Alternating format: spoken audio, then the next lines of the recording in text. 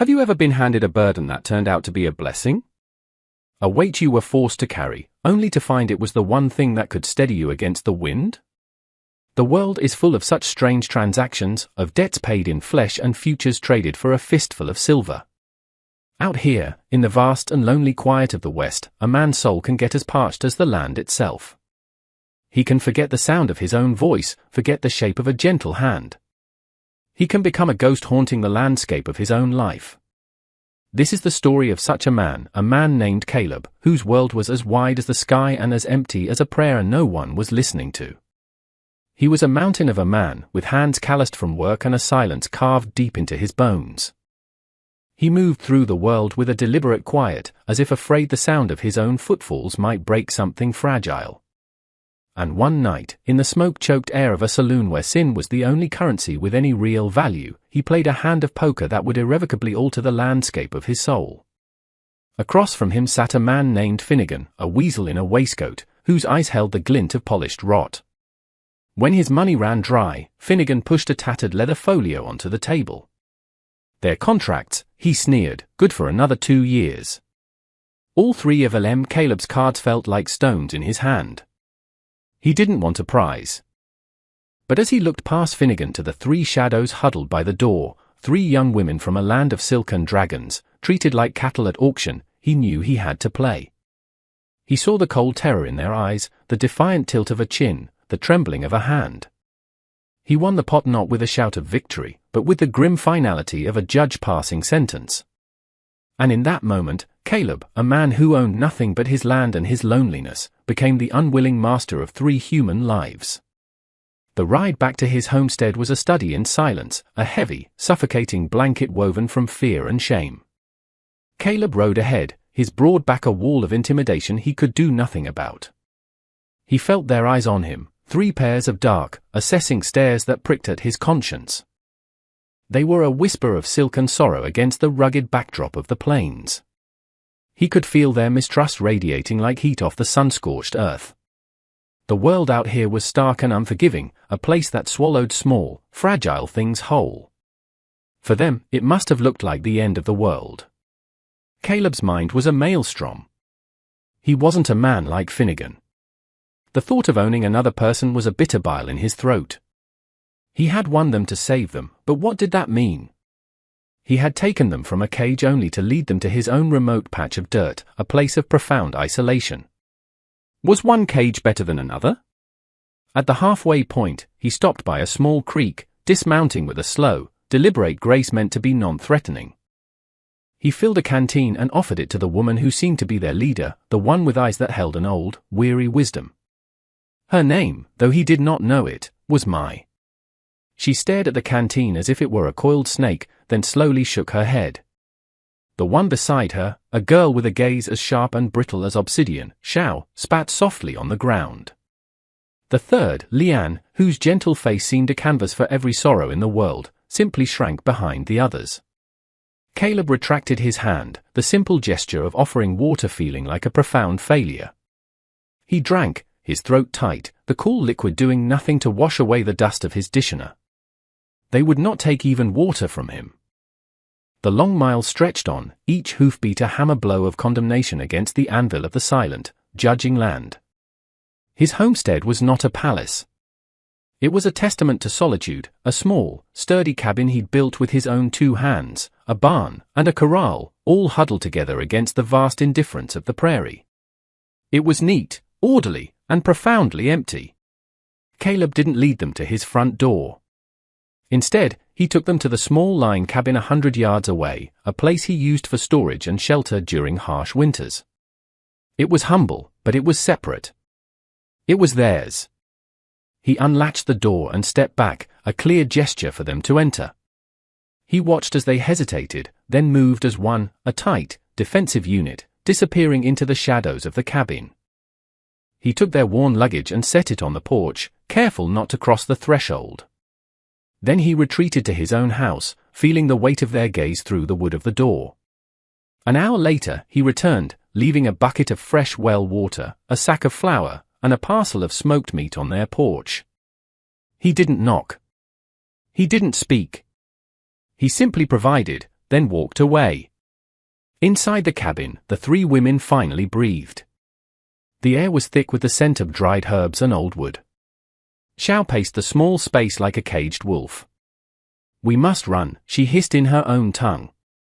Tonight ever the anchor, shook her head, her voice low and steady. "Run where? Into that?" "We would be dead in 2 days." Lian, huddled on a small cot, wrapped her arms around herself. "He has not hurt us," she whispered, her voice a fragile thread. "Yet," Xiao countered, "they are all the same. This one is just quieter." Mai moved to the single window, peering out at the man's cabin. She saw his silhouette, a lonely shape against the warm glow of his lamp. He was not like Finnegan. He was bigger, stronger, yet he had given them space. He had offered them water. He had left them food. It was not kindness, not yet, but it was an absence of cruelty that felt like a foreign country. "We will not run," Mai declared, her voice leaving no room for argument. "We will watch. We will wait. And we will be ready."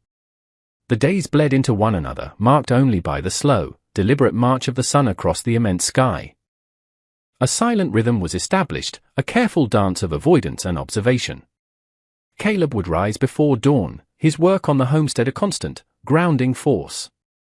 He mended fences, tended to his few cattle, and tilled a patch of land for his own meager garden. He never approached their cabin.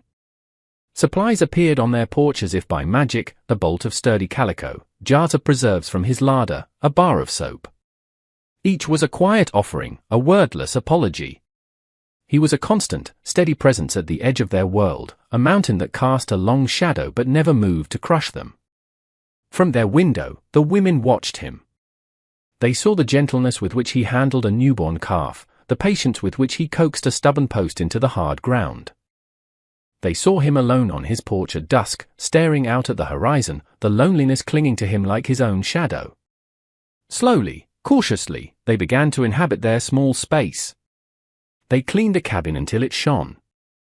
Using a spade Caleb had left nearby, they broke the tough earth behind their cabin and started a small garden, planting the few precious seeds they had carried with them from their old life. It was an act of defiance, a claim on the future. One morning, a new object appeared on the porch rail. It was a small, crudely carved wooden bird, its form rough but its intention clear. Lian, the gentlest of the three, was the one who dared to pick it up. She ran a finger over the knife marks, her expression unreadable. Xiao scoffed, calling it a child's toy. But Mai saw it for what it was, a message. A man who carves a bird is not a man who breaks a wing. Caleb watched from his barn as Lian took the carving inside. He felt a strange, unfamiliar warmth spread through his chest, a feeling so foreign he almost didn't recognize it as hope. The quiet equilibrium of the homestead was disrupted by the arrival of dust and laughter. Caleb's brothers, Aaron and Owen, rode in for their biannual visit, bringing with them the noise and energy of the outside world. Aaron was the elder, a man cut from the same quiet cloth as Caleb, his face etched with a past sorrow that mirrored his brother's. Owen was the opposite, all easy smiles and charming banter, his eyes sparkling with a relentless light. Their arrival was a test. Caleb explained the situation in clipped, sparse sentences, the shame a hot brand on his tongue. Aaron listened with a solemn nod, his gaze drifting to the women's cabin with a deep, empathetic sadness. Owen's reaction was different, his curiosity was immediate and unguarded. He saw not a burden, but a mystery. "Well now, brother," he said, a grin spreading across his face. "You always did bring home the strays." The brother's presence changed the delicate ecosystem. Owen, irrepressible and good-natured, made it his mission to break the silence. He'd sit on the fence, strumming a beat-up guitar, singing nonsensical songs. He'd leave wildflowers on their porch. He was met with Xiao's stony glares, which only seemed to encourage him. One afternoon, as the women worked in their flourishing garden, Owen leaned over the small fence they'd built. "That's a fine-looking patch of earth," he said to Xiao. Almost as pretty as its gardeners, he expected silence, a glare. Instead, Xiao stood up, wiping dirt from her hands, and fixed him with her fiery gaze. "You talk too much," she said, her English heavily accented but perfectly clear. Owen was so stunned he nearly fell off the fence.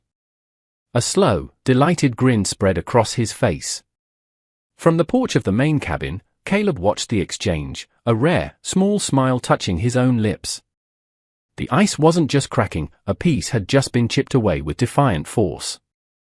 The first sign of winter came early, a sudden, vicious frost that descended overnight, coating the world in a brittle layer of silver. The women's garden, their small kingdom of green hope, was in peril. They worked with a desperate urgency as the cold evening air fell, throwing their own thin blankets over the fragile plants. From his porch, Caleb watched them, a knot tightening in his stomach. He saw their frantic movements, their losing battle against the encroaching cold. Their struggle was a reflection of his own, a constant fight against the harsh elements of the world. He didn't think, he acted. He went into his cabin and pulled out thick wool blankets, worn and smelling of cedar, the ones his mother had made. He walked over to their garden, his boots crunching on the frosted grass. He didn't speak, didn't try to take over. He simply approached the largest plant, a sprawling tomato vine heavy with green fruit, and held out a corner of a blanket. He looked at Mai, a silent question in his eyes. For a long moment, she hesitated, her breath misting in the frigid air. Then, she reached out and took the other corner. Their fingers brushed. The contact was a jolt, a spark of warmth in the freezing air, more potent than any words they could have exchanged. They worked together, a silent, efficient team, covering the precious plants as the last light of day bled from the sky. The air was thick with unspoken things, with the weight of this shared task, this simple, profound act of preservation. The next morning, the ground was white, but the plants were safe beneath their woolen armor. On the porch of their cabin sat a single, perfectly ripe red tomato, salvaged from the frost. Mai picked it up, its skin smooth and warm from the morning sun, and knew it was a promise. The larder was getting low. A trip to town was unavoidable, a journey Caleb dreaded. The town of redemption was a place of narrow minds and long memories, a place where a man like him, living alone, was already a subject of gossip. The addition of 3 foreign women to his homestead would be like throwing gasoline on a fire. He approached their cabin, hesitating before knocking softly on the door frame. Mai answered, her expression guarded. Using slow gestures, Caleb mined writing on his palm and pointed towards the town on the horizon. He was asking if they needed anything. It was the first time he had ever initiated such a direct exchange. After a moment, Mai nodded and disappeared inside, returning with a scrap of paper. On it, in careful, elegant script, were 3 words, thread. Seeds. Salt in town, the air was thick with judgment. He felt the eyes on him as he tethered his horse outside the general store. Inside, the whispers were barely concealed. The final confrontation came in the form of Mrs. Gable, the preacher's wife, a woman whose piety was matched only by her venomous tongue. She cornered him by the flour barrels, her face a mask of sanctimonious concern. "Caleb," she said, her voice dripping with false sweetness. "The whole town is talking. It is not right, a man like you, keeping those heathens." Caleb's hands clenched into fists at his sides. The anger that rose in him was cold and ancient. He looked down at the small woman, and his voice, when it came, was low and steady, as unshakable as the mountains. "They are not being kept," he said, each word a carefully placed stone. "They are under my protection." He held her gaze until she looked away, flustered and defeated. The words echoed in the sudden silence of the store. He had drawn a line in the sand, not just for the town, but for himself. He was no longer their unwilling master. He was their protector. The long ride home felt shorter, his back a little straighter. Winter arrived in earnest, burying the homestead in a deep, silent blanket of snow. The world shrank, the vast prairie becoming an intimate space defined by the 2 small cabins and the path worn between them. It was during this period of intense isolation that Leanne fell ill. A fever took hold of her, leaving her shivering and weak, her gentle spirit dimmed. Mai and Xiao did their best, but their knowledge was limited, and their fear was a palpable thing in the small, cold cabin. They kept the fire roaring, but the cold seemed to be coming from inside Leanne. Caleb noticed the change. He saw the frantic energy from the cabin diminish, saw the smoke from their chimney dwindle to a weak grey wisp. A deep sense of foreboding settled over him. After a day of watching and waiting, he could bear it no longer. He approached their door, his heart a heavy drum in his chest. He knocked, and when Mai opened it, her face etched with panic, he saw Leanne on the cot, pale and trembling. For the first time, he crossed their threshold. The women flinched at his size in the small room, but desperation overrode their fear. Mai, her voice tight, allowed him to approach. He knelt by Leanne's side, his large, calloused hand surprisingly gentle as he felt her forehead. He recognized the fever, the rattling cough. He knew the remedy his mother had used, a poultice of yarrow and mint. He spoke in a low, calm voice, explaining through gestures and simple words what needed to be done. He guided Mai's hands, showing her how to crush the dried herbs and mix them with hot water. He didn't take over, he taught. He stayed through the long, dark night, a silent sentinel in the corner of the room, keeping the fire fed and the kettle full. He was a looming presence, but one of steadfast support. As dawn broke, painting the snow-covered world in hues of pink and grey, Leanne's fever broke. She opened her eyes, and for the first time, looked at Caleb not with fear, but with a weak, grateful smile. In healing her, he had begun to heal something broken in all of them. Spring returned to the land with a shy, tentative beauty. The snow melted, revealing the dark, rich earth, and the creek began to sing its song again. The homestead was transformed, not just by the season, but by the life within it. The silence was no longer heavy, it was comfortable. It was often punctuated now by the sound of women's voices, sometimes even laughter, a sound as welcome as the birdsong. A new dynamic had settled over them all. Owen's charming persistence had worn down Xiao's defenses, their relationship evolving into a lively dance of witty retorts and shared smiles. He was teaching her English, and she was teaching him patience. They were a spark of light against the often somber backdrop. The connection between Caleb and Mai had deepened into a profound, unspoken understanding. They often worked in parallel, he in his fields, she in her garden, the space between them filled with a quiet respect that was beginning to feel like something more. One evening, the air soft and fragrant with the smell of damp earth, Caleb sat on his porch, a knife and a piece of wood in his hands. He was so absorbed in his work he didn't hear Mai approach until she was standing at the bottom of his steps. She didn't speak immediately, just stood there, watching him. Then, in her clear, quiet voice, she asked, "What are you making?" It was the most direct question she had ever asked him. He stopped carving and looked up, his heart giving a small, sharp jolt. He held out the piece of wood. It was a flower, a dogwood blossom, each petal carved with an astonishing delicacy that belied his rough hands. "For your garden," he said, his voice a little husky. She looked from the flower to his face, and a soft smile touched her lips. She didn't take it.